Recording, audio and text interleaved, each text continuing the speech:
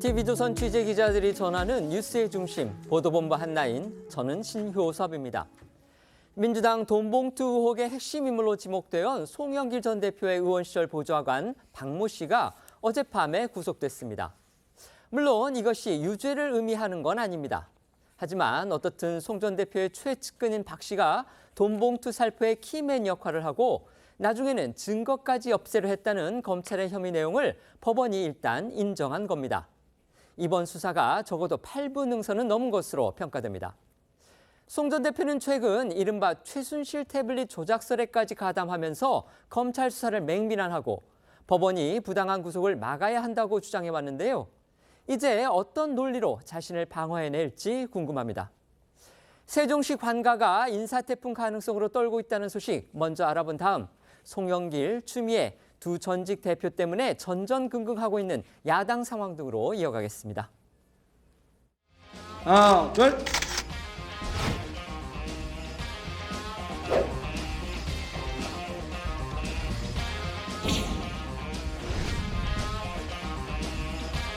잘못된 것은 즉각 제대로 도려내고 바로 잡는 것이 국민의 정부의 책무입니다. 이권 카르텔은 반드시 부숴야 합니다.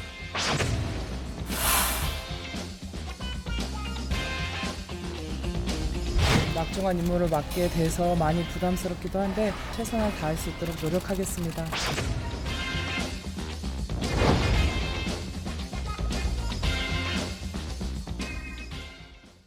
윤석열 대통령실 비서관들을 대거 전진 배치시킨 장차관 인사를 통해서 이른바 윤석열표 국정 추진에 연일 강공 드라이브를 걸고 있는데요. 어제 신임 차관들에게 임명장을 준 뒤에 마련한 오찬 자리에서도 이권 카르텔 타파, 이걸 주문했다고 합니다. 네, 윤 대통령은 어제 국민권익위원장 내정자와 차관급 내정자 13명에게 임명장을 수여하고 이들과 점심 식사를 함께 했습니다. 대통령실에 따르면 이 자리에서 윤 대통령은 우리 정부는 반카르텔 정부라면서 부당하고 불법적인 카르텔을 깨고 공정하고 상식에 맞는 제도를 만들어가는 게 우리 정부가 해야 할 일이다. 이권 카르텔과 싸워달라고 강조했다고 합니다. 어제 저희도 전해드린 대로 윤 대통령 앞서 비서관 출신 차관들을 이제 따로 만나서도 이른바 이권 카르텔과의 싸움, 이걸 당부해서 했었는데요. 그 연장선상에서 또 한 번 이 점을 강조하고 나선 겁니다. 네, 대통령실 관계자는 이 같은 윤 대통령의 메시지는 권력을 사유화하는 이권 카르텔을 깨고 새로운 국민의 나라를 약속했던 지난 2021년 6월 29일 윤 대통령의 정치 참여 선언과도 맞닿아 있다고 설명했는데요. 지금으로부터 2년 전 검찰총장직을 사퇴한 뒤 자맹을 이어오다 정치 참여를 결정하고 공식 선언했던 윤 대통령의 당시 목소리 들어보겠습니다. 정권과 이해관계로 얽힌 소수의 이권 카르텔은 권력을 사유화하고 이 정권은 권력을 사유화하는 데 그치지 않고 집권을 연장하여 계속 국민을 약탈하려 합니다. 우리 헌법의 근간인 자유민주주의에서 자유를 빼내려 합니다. 도저히 이들을 그대로 두고 볼 수 없습니다. 네, 들으신 것처럼 윤 대통령은 2년 전 정치 참여 선언 때도 문재인 정부가 우리 헌법의 근간인 자유민주주의에서 자유를 빼내려 한다, 이런 부분을 비판했었죠. 이번에 새로 임명된 신임 차관들에게도 말을 갈아타라고 하는 게 아니라 헌법 정신에 맞게 말을 제대로 타라, 이렇게 강조한 걸로도 전해졌습니다. 이는 일부 공직자들이 아직도 전임 정부 시절 타성에 젖어 복지부동하고 있다는 윤 대통령의 인식이 녹아있는 한편 현 정부 인사를 관통하는 원칙이 헌법 정신이라는 점도 재확인한 걸로 풀이가 됩니다. 윤 대통령은 앞서 비서관 출신 차관들에게도 내가 아닌 헌법에 충성하라. 복지부동하는 공무원들은 정부가 아닌 국회로 가야 한다. 이렇게 말했었는데요. 역시 그 연장선상에서 나온 그런 발언으로 보입니다. 윤 대통령 그러면서 이 사람을 평가하는 것이 제일 중요하다, 이런 말도 덧붙였다고 하는데요. 이 발언이 일부 부처의 인사 물갈이를 지시한 것으로 해석이 되면서 관가에 지금 파장이 큽니다. 네, 윤 대통령은 신임 차관들에게 이 정부 조직이든 기업 조직이든 제일 중요한 것이 사람을 평가하는 것이라면서 이 산하 단체와 공직자들의 업무 능력 평가를 늘 정확히 해달라, 이렇게 당부한 것으로 알려졌는데요. 윤 대통령이 대대적인 차관 교체 직후 인사평가의 중요성을 중요성을 거듭 강조한 만큼 이 평가 결과를 고리로 이 후속 고위직 교체가 단행되는 등 인사를 통한 대통령의 부처 장악력이 전보다 커질 것이라는 전망도 나옵니다. 이런 가운데 채널A는 윤 대통령이 최근 참모진들에게 이념에 좌우되는 부서라면서 통일부와 교육부, 환경부, 문체부 이렇게 4개 부처를 콕 집어서 지목했다고 보도했습니다. 통일부 경우에는요, 이 장차관이 모두 비통일부 인사로 교체가 됐고요. 윤 대통령이 이제 특별히 그동안의 역할을 바꾸라 이렇게 주문하는 등 문제의식을 드러냈던 부처인데요. 이와 함께 교육, 환경, 문체부도 비슷한 문제의식이 있다. 이렇게 지금 대통령이 본다는 겁니다. 사실 이들 부처는요, 지난 정부 시절에 인적으로나 물적으로나 모두 지나치게 한쪽 진영에 치우쳐서 정책을 집행한다. 이런 논란이 있었던 게 또 사실입니다. 네, 채널A는 정부 고위 관계자의 말을 인용해서 통일부와 환경부, 문체부, 교육부에 대한 윤 대통령의 문제의식이 크고 특정 성향을 띤 시민단체들과 카르텔이 형성돼 있는 것으로 보고 있다고 전했고요. 4개 부처 가운데 3개 부처 차관이 이번에 교체된 만큼 앞으로 고강도 인사 쇄신이 예상된다고 보도했습니다. 이런 가운데 앞서 환경부 1급 실장 전원이 사표를 냈다는 사실도 전해지면서 차관 인사와 맞물린 용산발 고위공직자 물갈이의 신호탄이라는 해석이 나왔는데요. 관련해 대통령실은 해당 부처는 장관 직권으로 인사 쇄신 차원에서 1급 공직자들의 사표를 받은 거라면서 대통령실 지시가 아니라는 점을 강조하고 진화에 나섰습니다. 민주당은 여전히 이번 장차관 인사를 두고서 비판을 내놓고 있습니다. 네, 맞습니다. 민주당에서는 김영호 통일부 장관 후보자나 김채환 공무원 인재개발원장 등을 겨냥해서 극우 개각이다 이런 비판을 쏟아내고 있습니다. 정청래 최고위원은 오늘 한 라디오 인터뷰를 통해 윤 대통령이 비서관 출신 차관들에게 자신이 아닌 헌법 정신에 충성하라는 당부를 했다는데 이건 구닥다리 같은 말이다 이렇게 강하게 비판을 하기도 했습니다.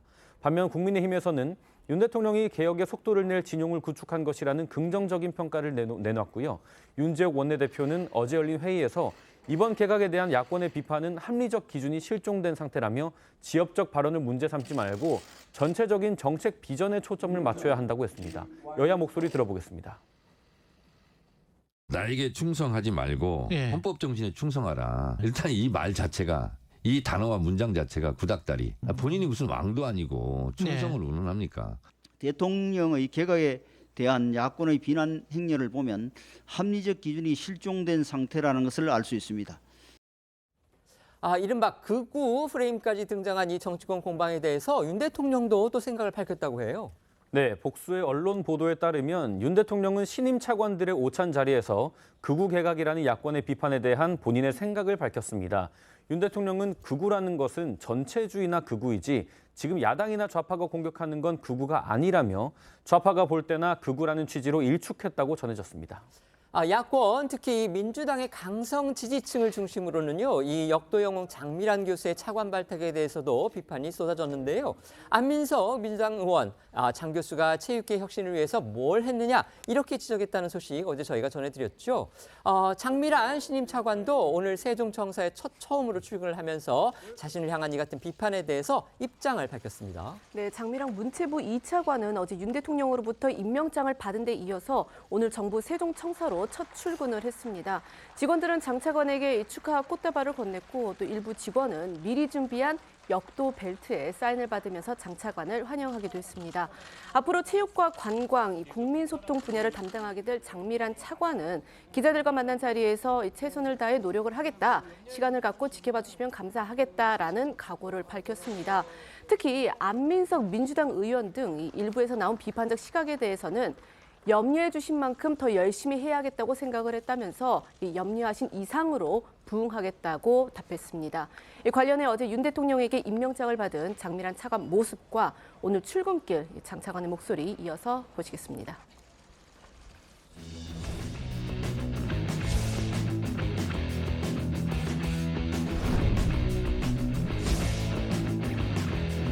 임명장 장미란 문화체육관광부 제2차관에 임한 대통령 윤석열.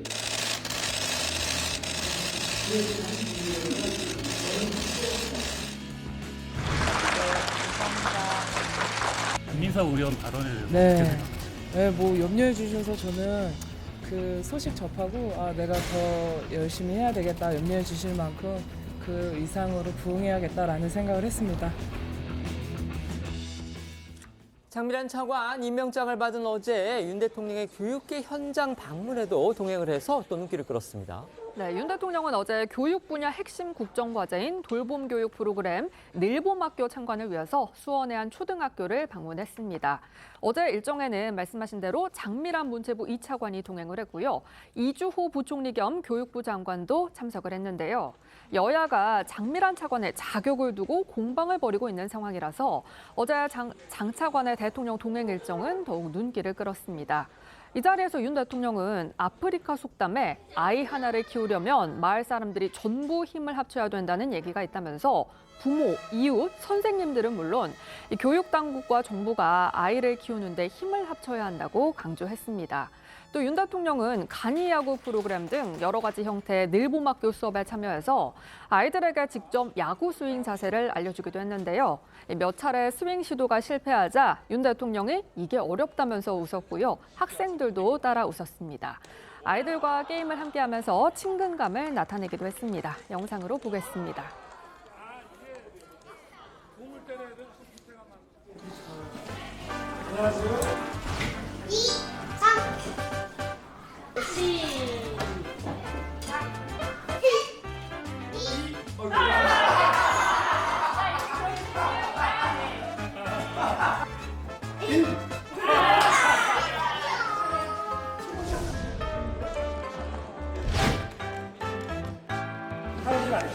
칠 때 몸을 붙여 움직이면 안 되고 머리를 뒤에 남겨놓고 생각을 쳐요.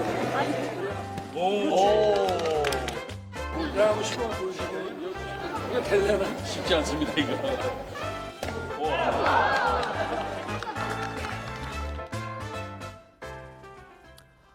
윤석열 대통령 대규모 차관 인사 등을 계기로 해서 이 국정 다잡기, 그다음에 공무원 사회의 이른바 이제 기강 잡기 이런 부분에 바짝 고삐를 당기는 모습인데요.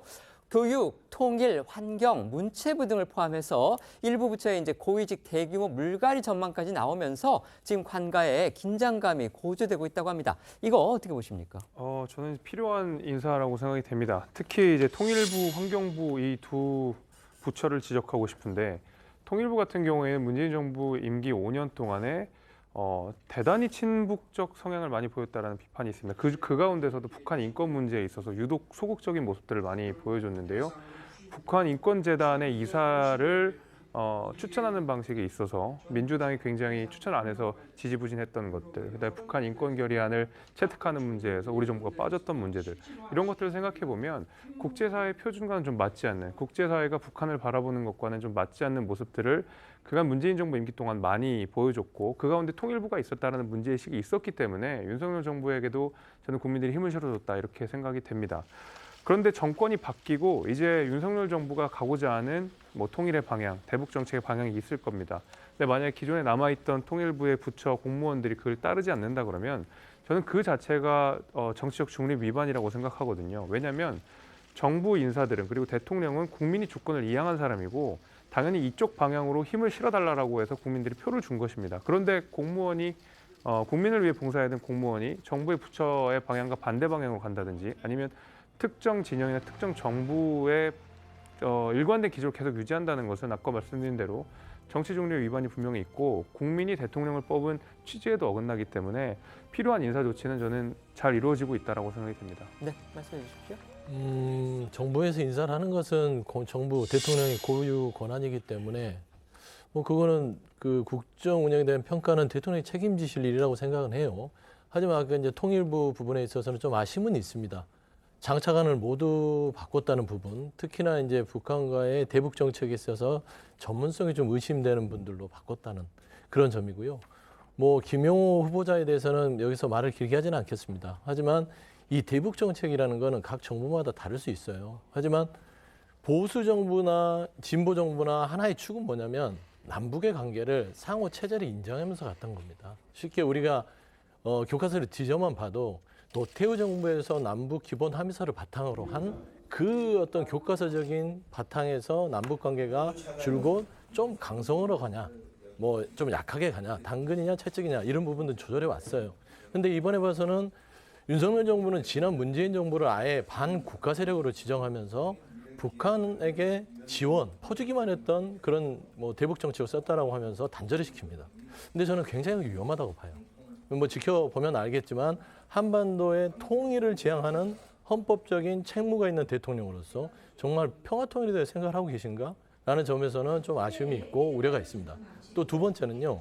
지금 1급 실장들 공무원들에게 사표를 받고 있다라고 하는데 저는 국정 운영에 있어서 물론 이렇게 강하게 어떤 뭐 인사를 가지고 공무원들을 움직일 수는 있지만 공무원들은요 5년짜리 정권이 있을 때 그 공무원이 10년, 20년, 30년을 그 기관에서 역량을 키워온 분들입니다. 그러면 결국에는 그런 협조를 받아야 되는데 굳이 채찍질만 해서 그들이 바뀔 것인가 라는 점에서는 너무 채찍질만 하지 마시고 좀 당근 같은 그런 것도 좀 줄 수 있는 여유를 갖는 국정 운영이 필요하지 않냐라는 점에서 이 부분도 좀 아쉬움이 크다 말씀드립니다.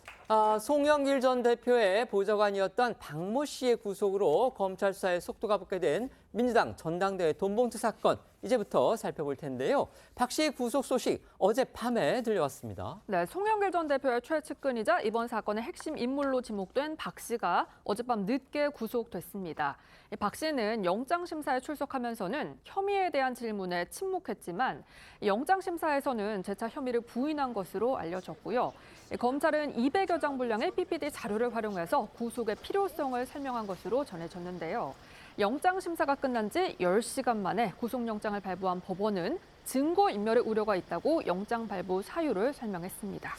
법원이 이제 검찰의 손을 들어준 거다 이렇게 볼 수가 있겠는데 검찰은 돈봉투가 사실상 박 씨를 통해서 민주당 의원들한테 전달된 것으로 그렇게 의심하고 있습니다. 검찰은 박 씨가 2021년 5월 민주당 전당대회에서 송 전 대표를 당선시키기 위해서 강래구 전 한국감사협회장과 공모해 스폰서 A씨로부터 경선 캠프 사용 자금 명목으로 5천만 원을 수수를 했고 같은 해 4월에는 이정근 전 사무부 총장 등과 공모해서 윤관석 의원에게 2회에 걸쳐서 국회의원 교부 명목으로 6천만 원을 제공했다고 보고 있습니다.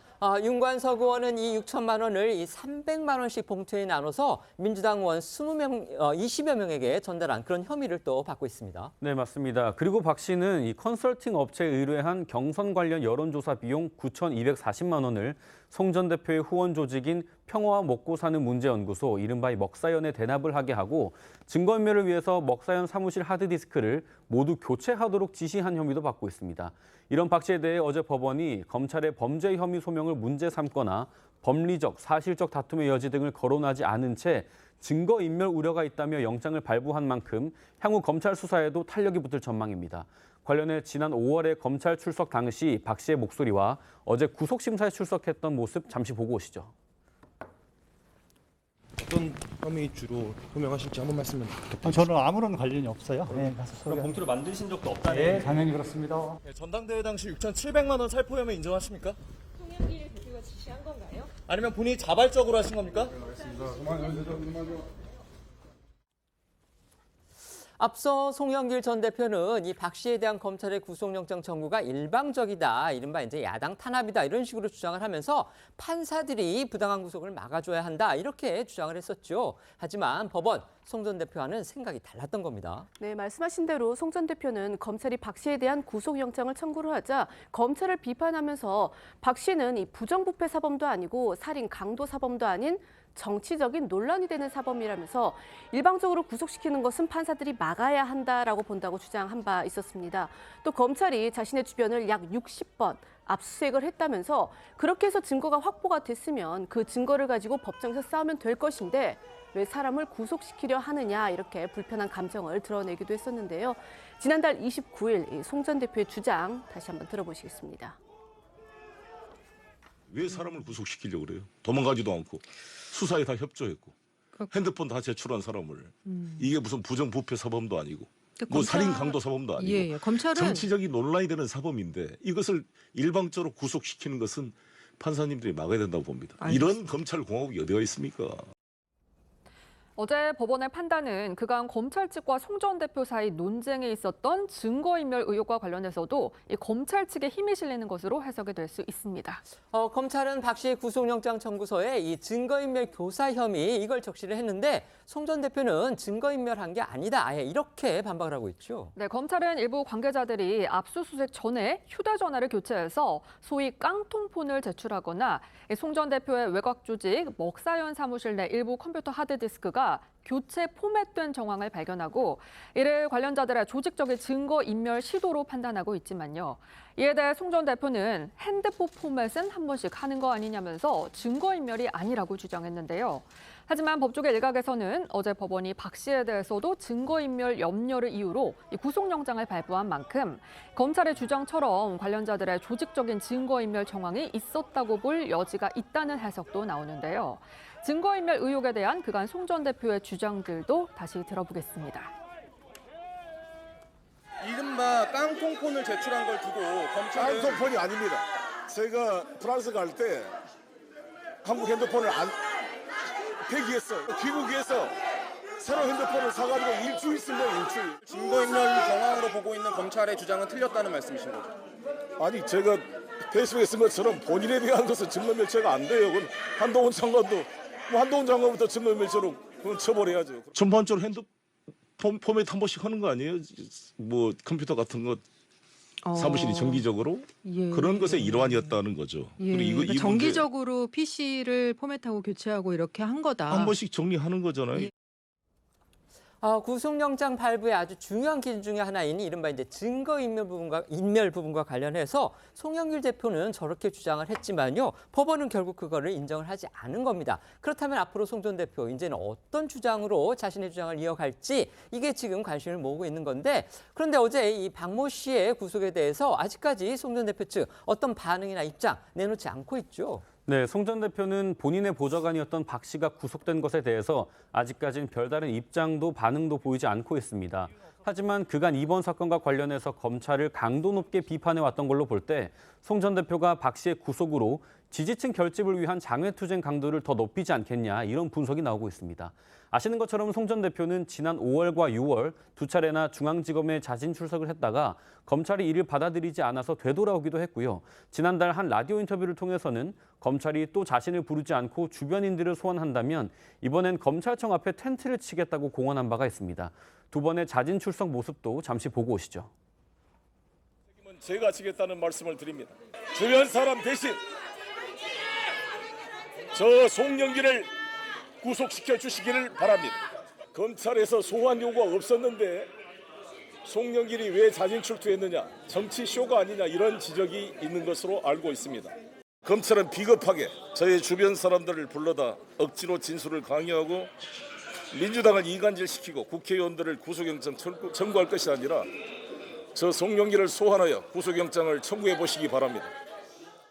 어쨌든 결과적으로는 송 전 대표가 바라던 것처럼 이제 박 씨의 구속으로 송 전 대표의 검찰 소환 시기도 앞당겨질 것 같다. 이런 전망 나오고 있죠. 네, 박 씨의 신병을 확보한 검찰은 송 전 대표가 이 돈봉투 살포 과정 전반에 대해서 보고를 받거나 직접 개입한 사실을 입증하는 데 수사력을 집중할 것으로 보입니다.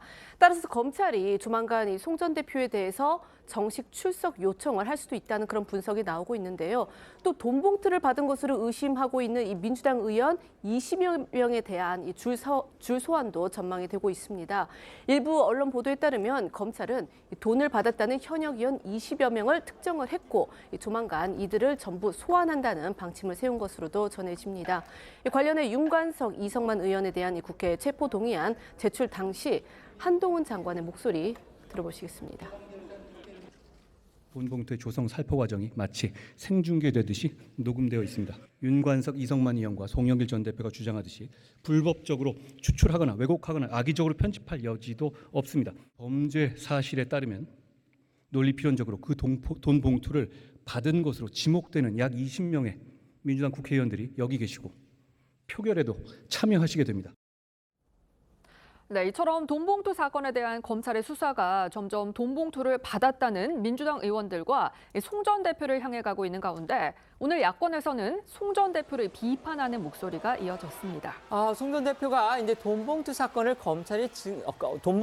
대해서 검찰이 증거를 조작했다 이렇게 주장하면서 꺼내든 주장이 또 있죠. 바로 과거 국정농단 사건에서의 태블릿 PC 조작 이 부분 검찰이 이것도 조작할 거다. 지금 이렇게 송 전 대표가 비판하고 있는 것 바로 그것과 관련한 겁니다. 네, 박원석 전 정의당 정책위의장은 오늘 한 라디오에 출연해서 송 전 대표가 이치에 맞지 않는 주장을 하고 있다면서 정치적 이상이 가출한 거 아니냐고 비판을 했고요. 민주당 조응천 의원 역시 송 전 대표가 극우 유튜버인 변희재 씨와 생각과 행동을 같이 하는 걸 보고 깜짝 놀랐다면서 송 전 대표가 검찰을 절대 악으로 규정하는 것 같다고 지적했는데요. 다만 조 의원은 송 전 대표의 소환과 관련해서는 직접적인 증거가 없는 상황에서의 소환은 정치적 망신 주기의 의미가 더 큰 것으로 보인다고 말했습니다. 두 사람의 이야기 들어보겠습니다. 이치에 맞지 않는 주장을 전직 당대표라는 분이 그렇게 하시고 심지어 무슨 뭐 그 태블릿 PC 조작설 이런 걸 가지고 요즘 집회까지 하고 다니시고 제가 보기엔 좀 정치적 이성이 도대체 어디로 가출한 게 아닌가. 민주당이 굉장히 곤혹스럽고 힘들 수밖에 없어요. 저는. 솔직히 그 우파 극우 유튜버 변희재 씨하고 뭐 생각과 행동을 같이 하신 걸 보고 좀 참 깜짝 놀랐습니다. 살아생전에 이런 모습을 볼 수도 있겠구나. 현수막 들고 같이 행진도 하고 하는 그런 모습 보니까 뭐 주장을 하실 수 있겠는데 그게 검찰에서 받아들여질지 여부는 미지수입니다. 방금 전 조응천 의원이 지적한 그 좌우 집회는요, 지난달 말이었습니다. 27일이었다고 하는데요. 이 충북 청주에서 이른바 이제 좌우 합작 집회가 열렸다고 합니다. 거기에서 이 송영길 전 대표가 이 변희재 씨하고 나란히 서서 윤석열 정권 퇴진 외치면서 행진한 거, 바로 그걸 지금 지적한 겁니다. 여당은요, 이 박 씨의 구속을 계기로 해서 민주당 더욱 압박하는 그런 모양새입니다. 네, 여당은 진실의 시간이 점차 다가오고 있다면서 민주당을 향한 압박 수위를 조금씩 높이고 있습니다. 특히 오늘 오전 국민의힘 원내대책회의에서는 민주당 혁신위가 내놓은 탈당 방지법 등 혁신안에 대한 비판과 함께 박 씨의 구속이 언급됐습니다. 박대출 정책위 의장은 전당대회 돈봉투 의혹이 불거지자 선제적 탈당이라며 꼬리 자르기식으로 변칙 탈당이 일어나는 한 민주당의 혁신은 물거품일 수밖에 없다고 했고요. 원칙과 상식에 입각한 조치만이 혁신을 위한 바른 길이고 지름길임을 명심하길 바란다고 지적을 했습니다. 박 정책위 의장의 이야기도 들어보겠습니다. 어젯밤 전당대 돈봉투 의혹의 핵심인 송영길 전 대표를 보좌했던 보좌관이 구속됐습니다. 진실의 시간은 점차 다가오고 있습니다. 원칙과 상식에 입각한 조치만이 혁신을 위한 바른 길이고 지름길임을 명심하기 바랍니다. 이런 가운데서 이 성비위 의혹을 저지른 의혹이 있어서 그 민주당에서 제명이 된 의원이 있습니다. 박완주 의원인데요. 지금은 그러니까 무소속인 거죠. 이 박 의원이 재판에 넘겨졌다고 합니다. 네, 이 서울 남부지검은 오늘 박완주 의원을 강제추행 치상, 직권남용 권리행사 방해, 명예훼손 등의 혐의로 불구속 기소했다고 밝혔습니다.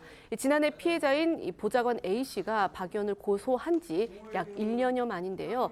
박 의원이 받는 혐의를 다시 좀 정리를 해드리자면 박 의원은 2021년 12월쯤 보좌관이었던 A씨를 강제추행하고 이로 인한 외상후 스트레스 장애 등 상해를 입게 한 혐의를 받고 있습니다.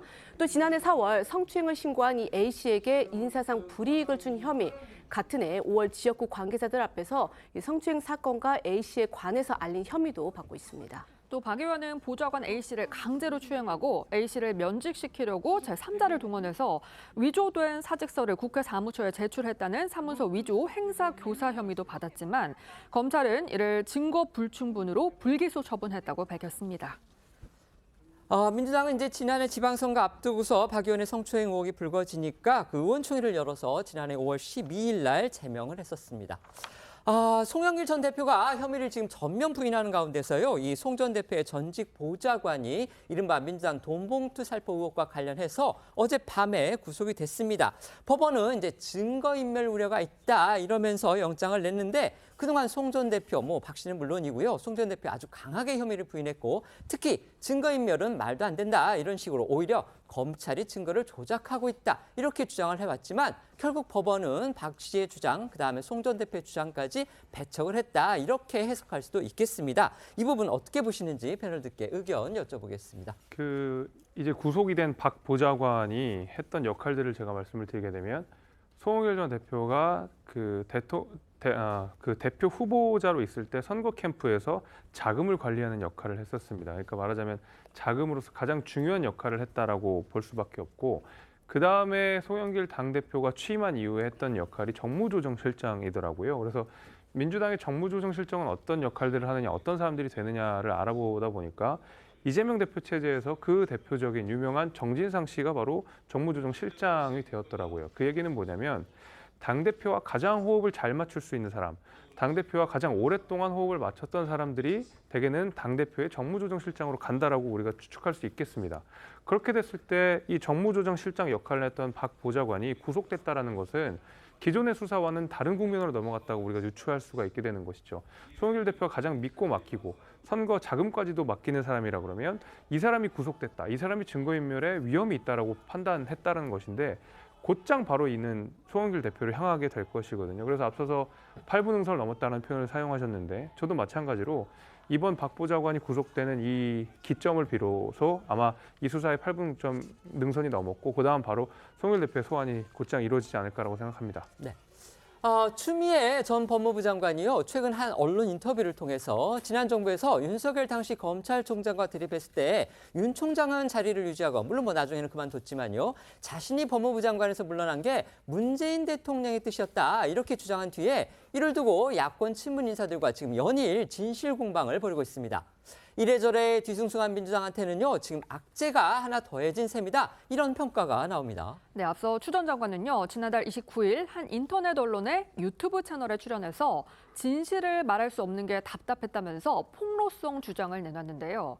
당시 검찰총장이었던 윤석열 대통령과의 갈등 국면이 극에 달했을 당시 청와대 비서실장으로부터 사직서를 내달라는 요청을 받았고 그 뒤에 청와대에 가서 문재인 대통령을 직접 만나 자신을 유임시켜야 검찰개혁을 잘 마무리할 수 있다는 말을 했지만 결론은 똑같았다면서 자신이 법무부 장관직에서 내려온 건 문 전 대통령의 뜻이었다고 주장했습니다.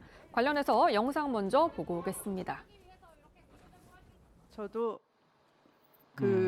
좀 진실을 말할 수 없는 것이 좀 답답했어요. 대통령께서 물러나 달라라고 저한테 말씀을 하셨어요. 대통령께서 직접? 네. 검찰총장은 이제 내 가는 길에 쾌도 남마처럼 달리는 것만 남아있지 네. 어떤 장애물도 없다. 네. 이렇게 생각할 거 아니겠어요. 그러면 검찰 국가의 탄생을 아무도 못 막아요. 빨리 대통령님께 네. 이 사안의 심각성을 말씀드리고 저를 유임을 시켜야 네. 이게 수습이 됩니다라고 말씀드리고 싶어서 네.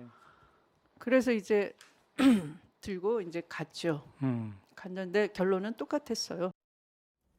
그러니까 조금 부연 설명을 드리면요, 왜 지금 이 추 전 장관의 주장이 정치적으로 의미가 있냐 하면은요, 저희가 보통 언론에서도 이런 표현을 씁니다. 장관이 물러났을 때 이게 자신의 사퇴냐 아니면은 대통령이 경질을 한 거냐 이 부분인데, 사퇴를 한다 그러면 아무래도 장관의 자의적인 의사가 개입된 여지가 많기 때문에 좀 더 그 책임성이 장관이 자기의 책임을 지고서 스스로 물러났다 이런 평가가 가능한 거고요.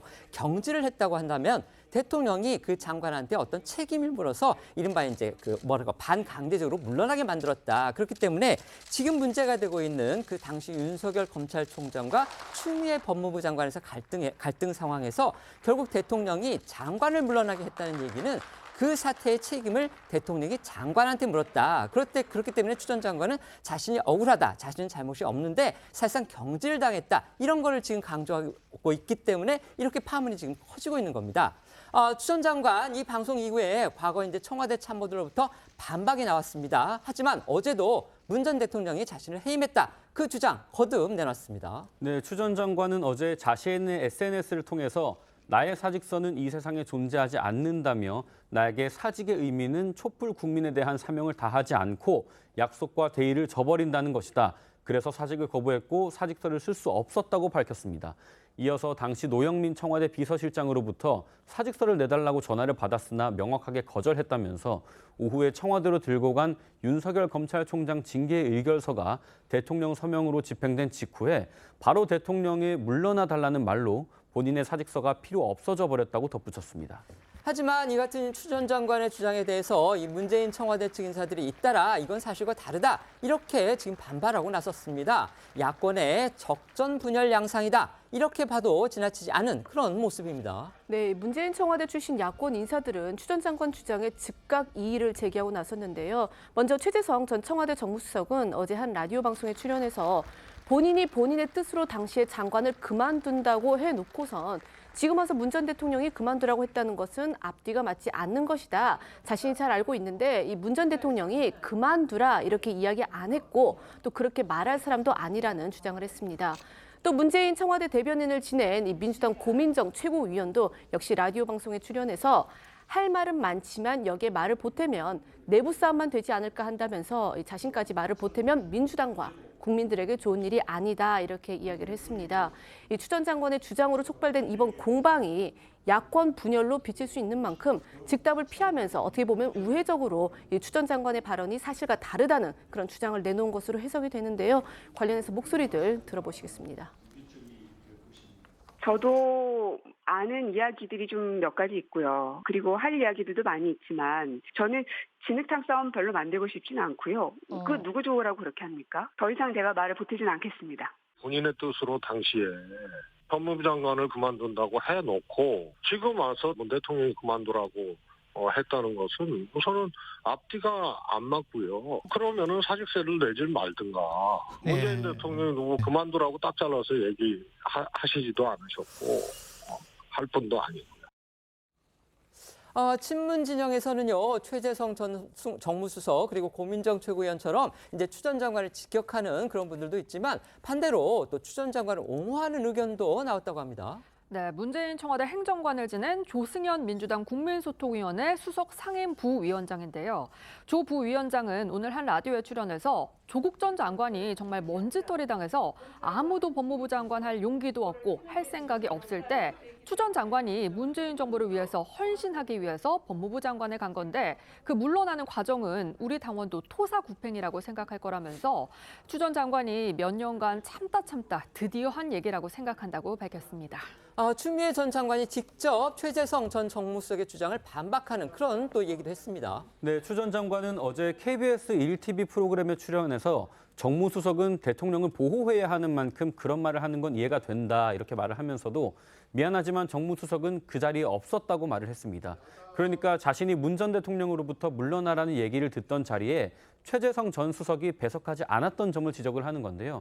다만 추 전 장관은 일부 언론 등에서 문 전 대통령이 자신에게 장관 사퇴를 종용했다고 표현하는 것에 대해서는 종용이라기보다 물러나 달라고 한 것이라며 법적인 권한을 행사한 것이라고 덧붙였습니다.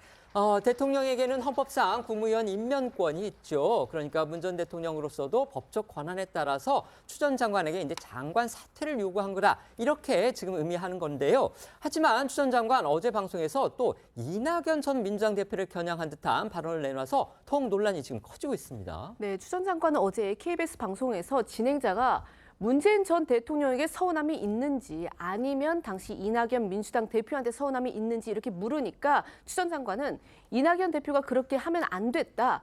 이 재보궐선거 때문에 제가 퇴장해야 된다고 하면 안 됐다라고 답을 했는데요.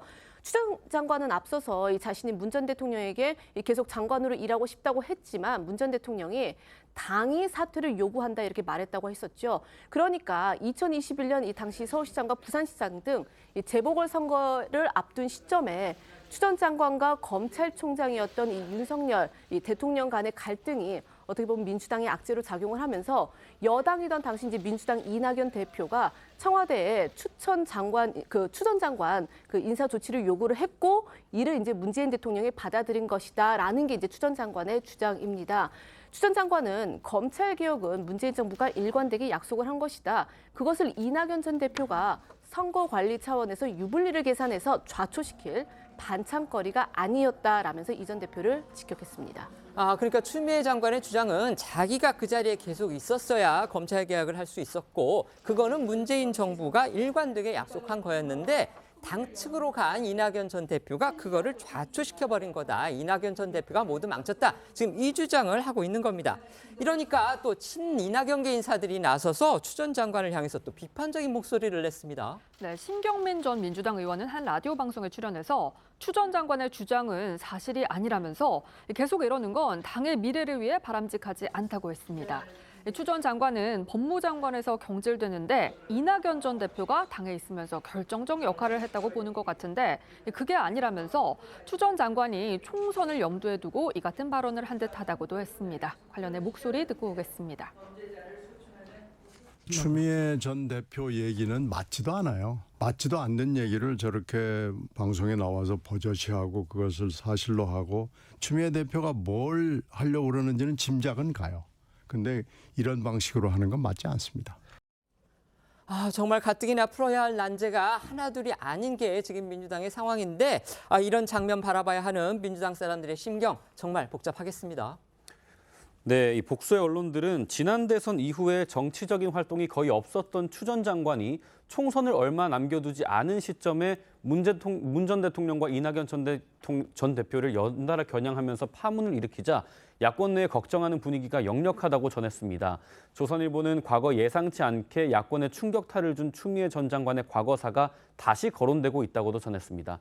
실제로 추 전 장관은 법무장관 시절에 당시 검찰총장이었던 윤 대통령과의 갈등으로 결과적으로 윤석열 후보를 만들었고 대선에서도 민주당에 실패를 안겨줬다는 평가를 받았죠. 앞서 당대표 시절에는 김경수 전 경남지사의 댓글 조작 선거 개입 의혹이 불거졌을 때 특검을 주장해서 드루킹 댓글 조작 사건이 세상에 드러나도록 만들어 김 전 지사 본인은 물론이고 민주당에도 큰 타격을 주기도 했다는 겁니다. 관련해 추 전 장관의 과거 발언들도 이어서 들어보겠습니다.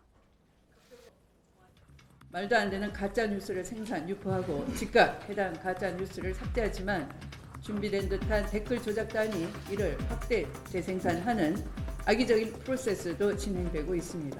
철저히 추적해 단호히 고발 조치하겠습니다. 검찰총장이 저의 명을 거역한 것입니다. 인사 의견을 내라라고 했음에도 불구하고 그런 식으로 인사하는 법이 없습니다. 뭐 이렇게 인사 이렇게 보여주는 게 그게 인사 협의가 아니거든요. 장관의 말을 겸허히 들으면 좋게 지나갈 일을 말 안 듣는 검찰총장 두고 일을 해본 적도 없고. 잠깐 제가 물어본 게 있잖아요. 지금 내 명을 거역한다는 그거는 부하한테나 하는 얘기고 검찰총장은 법무부 장관의 부하가 아닙니다. 추미애 전 장관이 이처럼 이따 이른바 이제 폭탄성 발언을 하는 걸 두고서 과연 배경이 뭘까? 이걸 두고 정치권에서 지금 여러 해석이 나오고 있습니다. 네, 여야 정치권에서는 이 추 전 장관의 이번 발언 파문이 내년 총선을 의식할 행보이라는 것이라는 그런 의견이 많은데요. 여권 성향의 정치평론가 전원책 변호사는 한 라디오 방송에 출연해서 추 전 장관이 이재명 대표와 이낙연 전 대표 사이에서 이재명 대표에게 줄을 선 것이다라는 분석을 했습니다. 또 민주당 조응청 의원은 장관을 안 치워준 대통령까지 불쏘시개로 써가면서 자기 장사를 하면 안 된다. 윤석열 대통령을 만든 1등 공신 2명은 조국 전 장관, 추 전 장관이다. 그 정권을 내준 책임에 통감해야 한다. 이렇게 지적을 했습니다. 관련해서 목소리 듣고 오시죠. 이재명에게 출석했다는 뜻이에요. 이재명과 이낙연 이 전쟁판에서 난 이제 이재명에게 출석했어. 이번에 가장 바보가 된 사람은 사실은 문재인 대통령이에요. 정치적으로 제기하려고 그런다고 봅니다. 근데 아무리 그렇더라도 정치에도 금도가 있지. 자기를 장관에 앉혀준 대통령까지 불쏘시개로 써가면서 자기 장사를 한다는 거. 이건 아니다. 윤석열 대통령 만들어주신 1등 공신 2명을 뽑으라면 저는 단연 조국 장관과 추미애 장관을 꼽겠습니다. 5년 만에 정권을 내준 책임을 통감하셔야죠. 추미애 전 법무부 장관의 이딴 폭로성 발언으로 지금 야권 내에서 이 적전 분열 양상까지 보이고 있다. 이런 지금 시각까지 나오고 있습니다. 이 상황은 또 어떻게 봐야 될지 먼저 의견 말씀해 주시죠. 그러니까 추미애 전 장관의 발언이 진실이든 아니든 간에 정치인의 메시지는 의도가 분명히 있습니다. 그냥 하는 말은 아니겠죠. 뭐 이제 와서 진실을 이제 말할 수 있어서 시원하다? 그건 아니에요. 제가 봐서는 이제 장이 섰지 않습니까? 총선이 앞이고 본인도 이제 출마를 해야 되는데 본인이 가지고 있는 짐들은 많습니다. 말하자면 지금 조홍천 의원도 얘기했잖아요. 정권을 내준 1, 2등 공신은 되는 거예요. 그럼 그 책임을 통감하면 총선에 출마하면 안 됩니다. 그럼에도 불구하고 지난 정부의 대통령에 대한 어떤 조금 뭐 욕은 아니더라도 비판을 하고요. 그다음에 이낙연 전 총리를 비판을 하는 것은 여러 가지 시각이 있겠지만 핵심으로 들어오겠다는 겁니다. 지금 강성당원층으로 들어와서 본인이 총선에 출마하게끔 나를 겨냥해달라라고 지금 호소하는 겁니다. 그래서 총선 호소인이지 않냐라는 저는 그런 평가를 내리고 싶고요. 당의 분열을 이용해서 본인의 개인적인 이득을 취한다? 중진 정치인으로서는 해서는 안 될 일이라고 저는 조금 비판적으로 보고 있어요. 한 가지 좀 말씀드리면 문재인 전 대통령께서는요 아주 답답할 정도로 인사에 대해서요 한 사람을 선택하면 그만두라고 하신 분이 아닙니다. 누구나 알 겁니다. 3년 4년씩 데리고 있어요.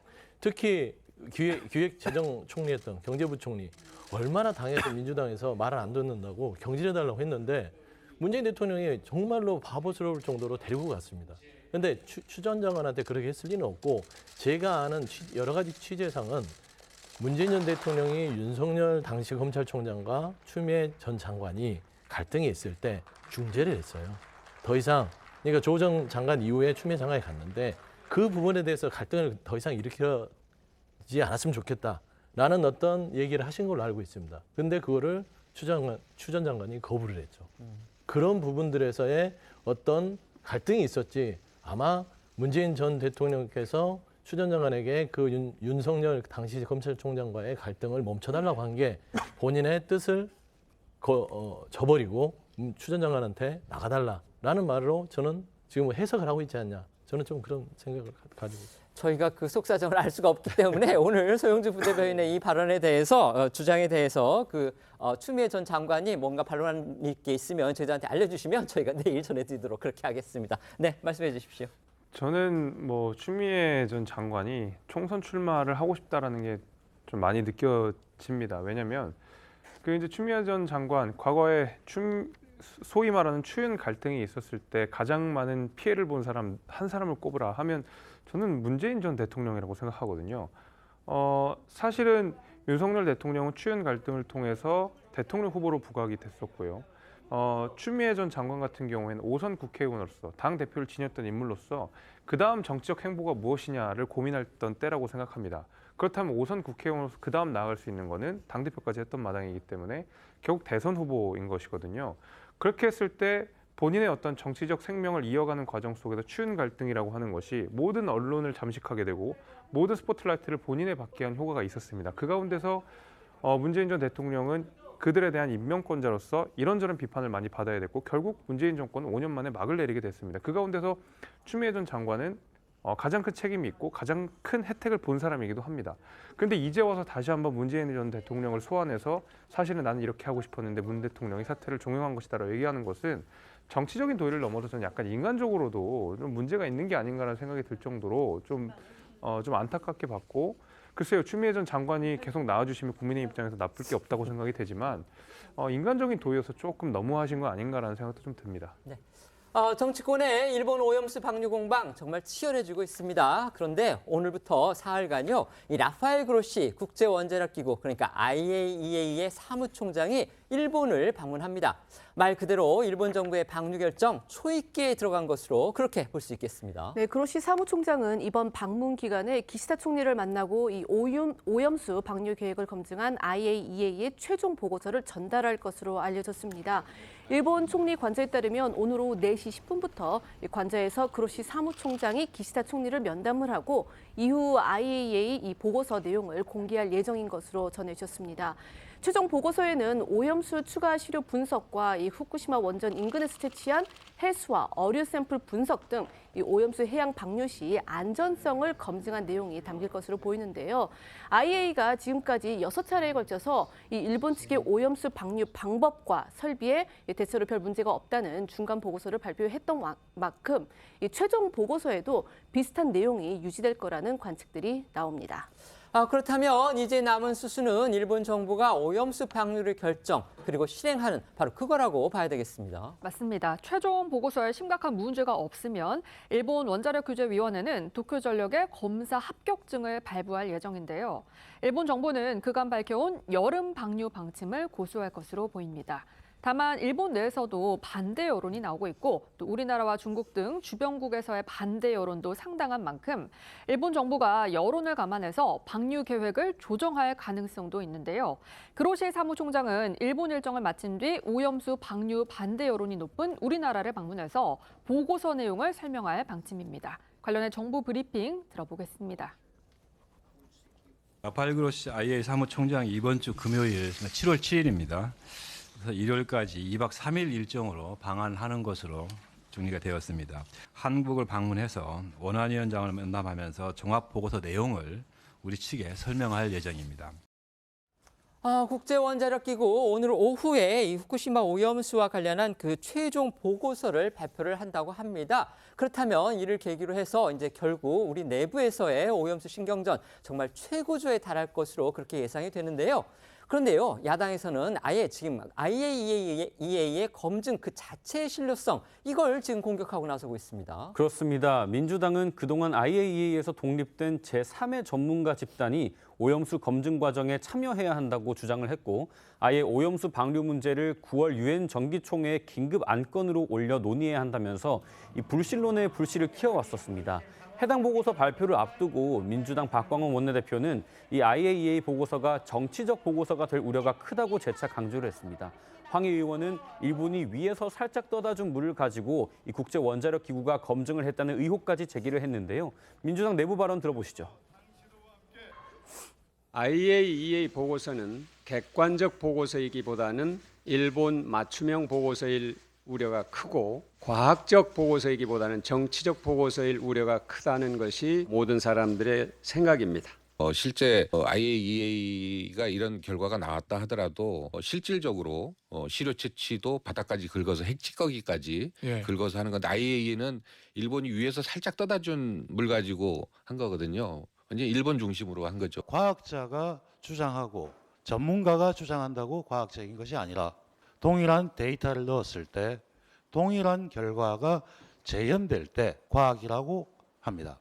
정부가 해야 될 일은 그 데이터를 제공하고 그 기준을 명확하게 공개하는 것입니다. 오늘 보고서의 발표로 과학적이다, 그 발표가 안전하다는 걸 믿으라고 하는 것은 과학이 아니라 신화의 영역입니다. 민주당에서는요, 일본이 IAEA를 등에 업고 후쿠시마산 수산물 수입 금지 철폐까지 압박할 수 있다고도 주장하고 있는데요. 하지만 정부는 이런 IAEA의 보고서 불신론을 오염수 방류 1일 브리핑을 통해 반박한 바 있습니다. 지난 22일 정부 브리핑에서 한필수 전 IAEA 국장은 최종 보고서의 신뢰성은 IAEA의 위상과 직결되기에 단어 하나도 잘못 쓰지 않도록 변호사와 전문가가 참여하고 있다고 설명했고요. 이 최종 보고서 작성 과정에 전문가 15명에서 20명이 협의하기 때문에 일본 측이 원하는 논리만이 반영되는 일은 없다고 강조했습니다. 민주당에서는요, 국제원자력기구의 이 보고서 발표를 앞두고서 이 의원들한테 비상대기령까지 내렸다고 합니다. 이건 또 무슨 이유인가요? 네, 민주당은 오늘 이 보고서가 나오면은 즉각적인 대응이 가능하도록 의원들에게 출국 자제와 함께 이 비상대기 또한 요청한 것으로 전해졌습니다. 박광원 원내대표는 어제 원내 의원들에게 문자를 보내서 이르면 내일, 그러니까 오늘이죠, 이 IAEA 사무총장이 최종 보고서를 일본 정부에 전달할 것이라는 보도가 나오고 있다 이러면서 당분간 공무 외 국외 출장을 자제해 주시면 감사하겠다고 공지한 것으로 알려졌습니다. 또한 민주당은 이 보고서가 발표가 되면 분석과 함께 긴급 최고위원회의와 이 비상의원총회를 열고 또 규탄 대회도 진행할 계획인 것으로 전해졌습니다. 이 같은 민주당 행보를 두고서 지금 여당은 선동 정치다 이러면서 또 맹공을 가하고 있습니다. 네, 그렇습니다. 오늘 국민의힘 윤재욱 원내대표는 민주당 측의 주장에 마치 지동설을 주장했던 갈릴레이에게 유죄를 선고했던 중세 종교재판의 맹목적 세계관을 보는 것 같다. 이렇게 비판의 수위를 높였습니다. 야당이 과학적인 근거 없이 선동 정치를 일삼고 있다고 꼬집은 건데요. 이 박대출 정책위의장 국제기구의 과학적 검증 결과를 믿지 못한다는 민주당은 전 세계의 국가 망신을 시키겠다는 것이라고 맹공을 가했습니다. 관련 발언들 좀 더 들어보겠습니다. 어제 최고위원회에서는 IAEA 보고서가 일본 맞춤형 정치 보고서라는 주장도 나왔습니다. 최종 보고서를 보기도 전에 이미 결론을 내려놓은 것입니다. 마치 지동설을 주장했던 갈릴레이에게 유죄를 선고했던 중세 종교재판의 맹목적 세계관을 보는 것 같습니다. 그러나 그래도 지구는 돌고 있듯이 아무리 민주당이 IAEA를 공격해도 오염수에 관한 과학적 진실은 변하지 않을 것입니다. 민주당도 국익자해 행위를 중단하기 바랍니다. 유엔 산하의 전문적 독립기구인 IAEA의 조사 결과를 못 믿겠으니 유엔 총회 회부하겠다는 것은 국회에서 전문성을 가진 상임위원회와 법사위원회가 거추장스러우니 본회의에 직후 회부하겠다는 것과 다를 바 없습니다. 민주당은 궁예 관심법이라도 있겠습니까? 아니면은 타임머신이라도 타고 미래를 다녀왔습니까? 무조건 반대만 외치며 외교적 무지를 드러내는 행태를 중단하기 바랍니다. 국민의힘은요, 어제 의원총회에서 2008년 광우병 시위를 주도했던 그 시민단체 인사의 강연을 들었습니다. 그런데 이 강연자가요, 야당의 최근 오염수 공세에 대해서 이거 대선 불복 같다, 이렇게 분석했다고 합니다. 네, 운동권 출신이자 한미 FTA 범국민운동본부 이 정책팀장으로 2008년 광우병 시위를 주도했던 민경우 대한연대 대표가 어제 국민의힘 의총에서 강연을 했습니다. 민 대표는 현재 민주당이 제기하는 이 후쿠시마 오염수 괴담과 과거 광우병 괴담의 본질은 대선 불복으로 같다고 이렇게 분석을 하면서 국민 건강을 지키는 것보다는 이 반정부 투쟁의 수단으로 오염수 문제를 집중 제기하고 있다, 이렇게 주장을 했는데요. 오늘 윤재욱 원내대표도 이 야권의 목적이 대선 불복에 있다, 이렇게 목소리를 보탰습니다. 관련 발언들 들어보시겠습니다. 선거 불복, 이게 광우병과 후쿠시마에 흐르는 가장 강력한 정치적 동기라고 생각합니다. 08년에 있었던 광우병 문제에 지금 관심이 있나요? 광우병은 이명박 퇴진 탄핵을 위한 수단이었던 거지 않습니까? 저는 후쿠시마도 그럴 거라고 생각합니다. 윤석열 탄핵 퇴진만 남겠죠. 후쿠시마 오염수 문제는 대중 여론, 전문가 의견의 분포 등을 고려할 때 야당에 불리할 겁니다. 민주당이 오염수 방류를 반대하면서 정권 퇴진을 외치고 여기에 민주노총까지 파업으로 가담하는 것은 야권의 목적이 대선 불복에 있음을 명확히 보여줍니다. 어민과 수산물 상인들이 다 죽더라도 대선 불복 심리를 불지펴 총선을 이용하겠다는 민주당의 악의적 선동 정치의 다름 아닙니다. 앞서도 말씀드린 대로요, 지금 야당 일각에서는 이 오염수 방류가 이루어지면 그 다음에는 이제 후쿠시마산 그 수산물 수입 금지 이거를 철회하도록 결국 일본 정부가 우리 측에 압력을 가할 것이다, 이렇게 지금 주장을 하고 있습니다. 하지만 정부와 국민의힘이 어제 이 문제에 대해서는 아주 강하게 선을 그었습니다. 맞습니다. 윤재욱 원내대표는 정부 여당은 IAEA 최종 보고서를 토대로 우리 연안과 수산자원에 미칠 영향을 분석하겠다면서 10년이고 100년이고 국민이 안심할 때까지 후쿠시마 수산물 수입을 금지할 거라고 밝혔는데요. 국민의힘이 오염수 방류를 무조건 찬성하는 게 아니고 방류와 관계없이 후쿠시마산 수산물 수입 금지 등 국민 안전을 위한 조치는 계속하겠다는 점을 강조한 것으로 보입니다.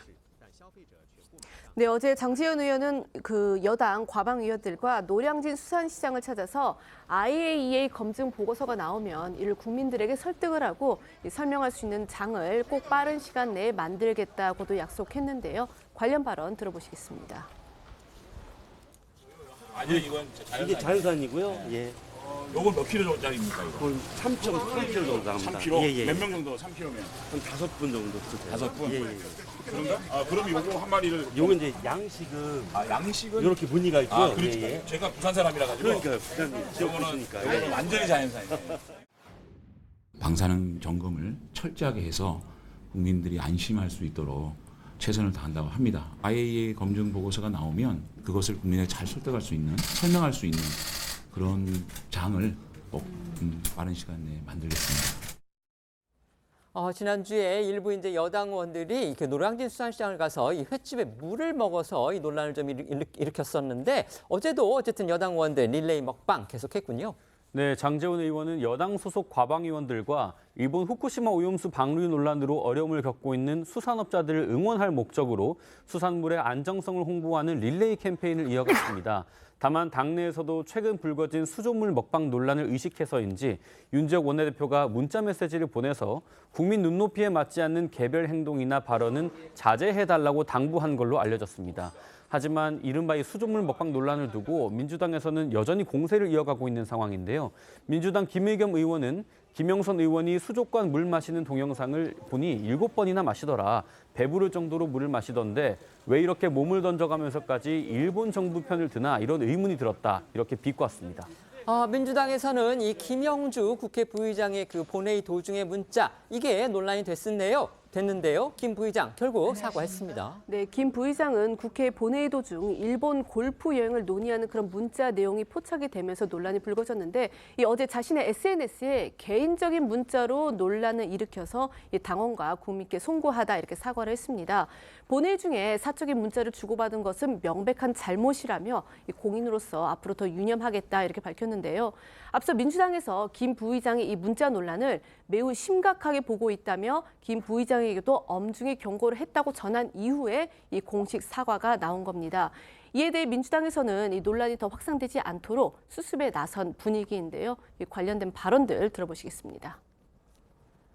그리고 엄중 경고에 따라서 김영주 의원은 해당 시기 그런 부적절한 행위에 대해서 솔직하게 사과하고 앞으로 그런 일이 없게끔 하겠다라고 해서 사과문을 게시해서 정확하게 조치했고 김영주 의원도 그것을 수용해서 앞으로 그런 일이 벌어나지 않게끔 하겠다라는 의지를 천명했습니다. 본인이 실수한 거죠. 그리고 어제 또 사과문도 올렸더구만요. 그러니까 매사 조심해야 되죠. 국회에도 골프 여행을 갈 수는 있습니까? 아니 제가 직접 전화를 들었는데 갈 계획이거나 확정된 건 없고 누가 이렇게 제안하는 것을 자기가 받아서 답장을 한 것 같습니다. 근데 본회의장에서 한 거는 매우 부적절하죠. 민감하죠. 여당에서는요, 이 사과문을 냈지만 그거는 본질이 빠진 것이다. 이렇게 또 지적을 하고 있어요. 그렇습니다. 정치권 일각에서는 김 부의장이 본회의 중 사적인 문자를 주고받은 건 명백한 잘못이고 국민과 당원 여러분께 진심으로 사과드린다면서도 이 사과문 안에 구체적인 내용이 빠졌다는 비판이 나왔는데요. 김 부의장에 대한 논란의 핵심은 본회의 시간에 휴대전화를 받기 때문이 아니라 소속 당이 핵 오염수 등의 표현으로 오염수 공세를 벌이는 가운데 본인은 일본 여행을 간다는 이른바 내로남불식 모습을 보였기 때문이란 지적입니다. 하지만 정작 김 부의장은 본질과는 동떨어진 사안에만 고개를 숙이면서 정치권 일각에서 면피용에 불과한 이상한 사과라는 비판이 나오고 있습니다. 오늘 오후에 국제원자력기구의 사무총장이 일본을 방문해서 지금 기시다 총리를 만난 다음에 그 최종적으로 후쿠시마 오염수 방류와 관련한 보고서를 낸다고 합니다.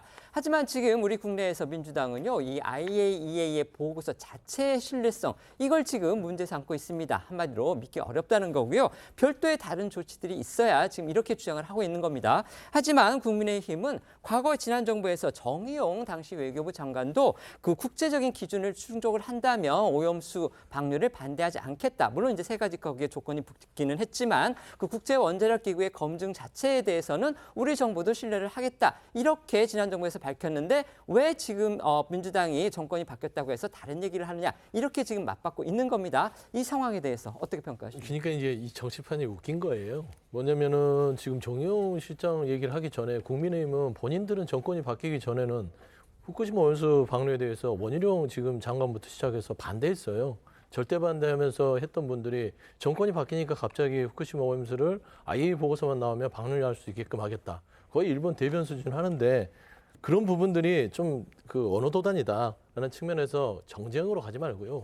후쿠시마 오염수 방류는 국민의 생명과 안전 문제입니다. 근데 좀 시간을 가지고 보자는 것이고 민주당에서 얘기하는 것은 IAEA 보고서 자체를 아예 부정하는 게 아니라 IAEA가 국제기구이긴 하지만 신적 존재는 아닙니다. 신적 존재가 아닌 이해의 단체이기 때문에 IAEA가 가장 지원을 많이 받는 데가 일본이기 때문에 이런 부분에서 조금은 이 신빙 보고서가 나오더라도 여러 가지 분석을 할 수 있는 시간을 벌자라는 측면에서는 여당이든 야당이든 국민의 생명과 안전을 가지고 너무 급하게 가지 말고 시간을 가지고 철저히 분석해서 국민을 불안함에서 좀 벗어나게 해주자라는 것은 같이 동일했으면 좋겠다라는 말씀드립니다. 일본이 그 국제원자력기구의 최대 지원국이다. 그게 저희가 4번째가 저는 그렇게 봤는데 한번 나중에 확인을 해보겠습니다. 네, 말씀해 주십시오. 네, 저도 최대 지원국은 아마 미국으로 알고 있습니다. 그래서 아마 말씀하신 내용은 맞지 않을 가능성이 대단히 높고요. 게다가 민주당에서 IAEA 보고서 못 믿겠다고 유엔으로 가겠다라고 하는 건데 IAEA는 유엔 산하의 기구입니다. 그래서 유엔 산하의 기구를 못 믿겠다고 유엔으로 간다는 거는 저는 일단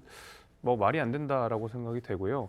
민주당에서 걱정하시는 부분이 뭔지는 알겠습니다만은 그것을 그러면 민주당 내에서도 검증 가능한 방식으로 뭐 또 다른 방안을 제안한다든지 그런 게 수반이 되어야 저렇게 뭐 IAEA 못 믿겠다라는 말이 말 그대로 설득력이 있는 것이지 그냥 과학적인 연구 보고서도 못 믿겠다라고 한다 그러면 사실 국민들은 뭘 믿고 그러면 믿지 말아야 되느냐 믿어야 되느냐 계속 민주당이 이런 불안감을 좀 조장하고 있다라고 생각이 되거든요. 그래서 국제기구에서 나온 내용에 대해서 비판할 수 있지만 그 기관 자체를 못 믿겠다, 로비가 있었다라고 주장하는 것은 그 실제로 뚜렷한 근거도 없는 상태에서 주장하는 것은 저는 뭐 앞서서 많은 분들이 지적했지만 선동에 가까운 일이라고 생각합니다. 네. 지금부터는 오늘 하루 놓치면 안 될 핫한 뉴스를 모아 전해드리는 어쩌다 이런 일이 코너로 이어가겠습니다.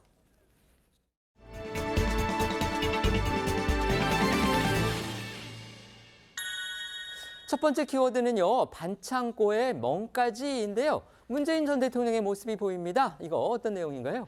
문재인 전 대통령이 운영하는 평산 책방층이 SNS를 통해서 문 전 대통령이 부상당한 걸로 추정되는 사진을 공개해 화제입니다.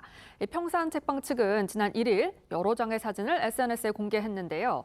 문 전 대통령이 직접 수확한 감자를 책방 손님들에게 나눠주고 강선우 의원을 만나는 모습이 담겨 있습니다. 여기서 눈길을 끄는 건 문 전 대통령의 얼굴이었는데요. 사진을 보시면 이 책방을 방문한 강 의원과 문 전 대통령이 활짝 웃는 모습이 담겼는데 문 전 대통령의 얼굴이 전체적으로 부어 있고 또 오른쪽 눈 위엔 커다란 반창고를 붙이고 있는 모습입니다. 같은 날 민주당 강선우 의원도 이제 사진을 찍어서 올린 것으로 그렇게 또 알려졌습니다. 네, 강선우 의원 책방을 찾은 같은 날 문 전 대통령과 함께 찍은 사진을 SNS에 올렸습니다. 사진 각도상의 차이일 수 있지만 문 전 대통령의 왼쪽 턱 주변에 퍼렇게 멍이 들어있는 걸 확인하실 수 있을 겁니다. 왼쪽 입꼬리도 이 부기 때문에 반대쪽 입꼬리보다 살짝 내려간 모습이 보이는데요. 평산 책방을 방문했던 강선우 의원은 조선닷컴과의 통화에서 문재인 전 대통령이 벌에 쏘여서 이마에 반창고를 붙였다고 한다. 얼굴이 붓고 멍이 든 건 치아 임플란트 치료 때문이라고 전했습니다. 그런데 이 사진이 공개되니까요, 이 문재인 전 대통령의 일부 지지자들이 또 불편한 심기를 보였다고 합니다. 네, 문 전 대통령의 일부 지지자들은요, 댓글을 통해서 대통령님 얼굴도 안 좋은 상황에 꼭 카메라를 앞에 들이밀었어야 하느냐, 이런 날은 좀 쉬쉬라고 하지 보자지는 뭐하는 사람들인가라고 비판을 하면서 이런 날은 배웠다 하더라도 사진을 안 올리는 게 맞지 않느냐, 사진을 내리라, 이런 요구 글까지 올라왔다고 합니다. 그러면서 대통령님 이 건강관리 잘 하시길 바란다, 그런 댓글을 남긴 네티즌들도 눈에 띄었습니다. 두 번째 키워드는요, 제로들은 어쩌나입니다. 요즘 제로 칼로리 음료 인기가 많은데 이건 또 무슨 사연입니까? 네, 세계보건기구가 설탕 대신 쓰는 인공감미료 아스파탐을 발암 가능 물질로 분류할 가능성이 높은 걸로 알려져 혼란이 일고 있습니다. 로이터 통신은 WHO 산하 국제암연구소가 아스파탐을 사람에게 발암 가능성이 있는 그룹 2B 물질로 분류할 것이라고 지난달 30일 보도했는데요. 아스파탐은 200여 국가에서 식품 첨가물로 사용하고 있는 흰색 무취의 인공감미료인데요. 설탕보다 200배 달아서 소량으로도 충분히 단맛을 낼 수 있는 게 특징입니다. 또 당분이 없어 무설탕, 다이어트 식품과 음료에 주로 사용되는데요. 우리나라에서도 제로콜라 등 각종 음료와 막걸리, 시럽형 감기약 등 다양한 분야에 사용되고 있습니다. 그런데 이 아스파탐을 왜 발암 가능 물질로 분류하려는 건지 그 이유가 또 궁금합니다. 네, 국제암연구소가 명확한 이유는 공개하지 않고 있는 상황입니다. 아스파탐이 체내에서 소화 과정을 거치면 페닐알라닌, 아스파트산, 그리고 소량의 메탄올로 분해가 되게 되는데 모두 체내에 축적되는 물질은 아니지만 이 중에 메탄올이 포름알데히드와 같은 발암 물질로 바뀔 수 있다는 일부 의견이 있습니다.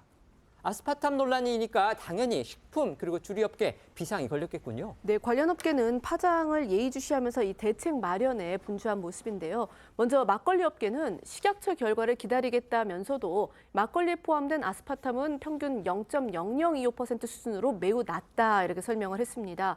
제과업계 역시 아스파탐을 대체할 다른 원료를 결정을 하는 등 선제적인 대응에 나서고 있는데요. 특히 아스파탐을 쓰지는 않지만 다른 인공 감미료를 사용하고 있는 주류나 음료 업체들도 상황을 예의주시하고 있는 상황입니다. 말씀드렸듯이 요즘 이제 제로 열풍이다 이런 말이 있을 정도로 이 이른바 제로 음료 많이들 드시고 있는데 그렇다면 이 건강에 이상은 없을지 정말 우려가 클 듯합니다. 네, 시장의 불안이 커지자 식약처가 자료를 냈습니다. 일단 우리나라 국민의 아스파탐 섭취 수준이 낮은 편이라면서 용량이 250ml인 이 다이어트 콜라 한 캔에는 약 43mg의 아스파탐이 함유돼 있기 때문에 체중이 35kg인 어린이를 기준으로 아스파탐 1일 섭취 허용량을 초과하려면 하루에 다이어트 콜라를 55캔 마셔야 한다고 합니다. 또 막걸리의 경우 750ml 막걸리에 아스파탐이 72.7ml 들어있다고 봤을 때 몸무게가 60kg인 성인이 하루에 막걸리를 33병은 마셔야 일일 섭취 허용량에 거의 도달한다고 합니다. 식약처는 사실상 하루에 이렇게 많은 양을 먹을 수 없기 때문에 안심해도 된다고 설명을 덧붙였습니다. 세 번째 키워드입니다. 악어 신부의 사연인데요. 이건 또 어떤 사연인가요? 네, 파충류 악어와 100년 가약을 맺은 남성이 있어서 화제가 되고 있는데요. 현지 시간으로 6월 30일 멕시코 오아사카주의 산페드로 우아 멜룰라라는 지역입니다. 악어와 사람이 결혼식을 하는 특별한 예식이 열렸는데요. 신랑은 이 지역 시장입니다. 그리고 하얀 웨딩드레스를 곱게 차려입고 면사포를 쓴 이 악어 신부를 품에 안고 또 춤을 추고 입맞춤을 하기도 했습니다. 저도 처음에 이 기사 봤을 때 이게 웬 엽기적인 일인가 했는데 근데 알고 보니까요. 이 결혼식 이 지역의 아주 오랜 전통이라고 합니다. 맞습니다. 이 사람과 악어의 결혼은요. 수세기 전부터 있던 멕시코 원주민 사회의 전통으로 풍요로움을 기원하는 의식인데요. 1789년부터 공식 행사로 지정됐습니다. 현지 매체에 따르면 어린 공주로 불리는 악어 신부는 지구를 상징하는 신으로 여겨지고요. 지역 지도자와 결혼한 건 인간과 신의 결합을 상징한다고 합니다. 멕시코 시장은 이보다 더 행복할 수는 없다면서 결혼식에는 두 개의 서로 다른 문화가 만나 조화를 이루며 어우러진다는 뜻도 있다면서 경제적으로 사회적으로 평화와 풍요로움이 넘치길 기대한다면서 악어 신부와의 결혼한 소감을 전했습니다. 아까 저희가 국제원자력기구의 각 나라별 그 분담 비율 저희가 알아보고서 전해드리겠다고 했는데요. 확인을 해보니까요. 미국이 25.1%로 가장 많고요. 그다음에 중국 14.5%, 일본은 7.7%로 세 번째였습니다. 그 뒤를 독일, 영국, 프랑스 순으로 지금 분담금을 내고 있는 것으로 저희가 확인을 했습니다. 저희는 1분 뒤에 다시 돌아오겠습니다. 오늘 준비한 소식은 여기까지입니다. 저희는 내일 오후 1시에 더 핫한 소식으로 찾아뵙겠습니다. 시청해 주셔서 고맙습니다.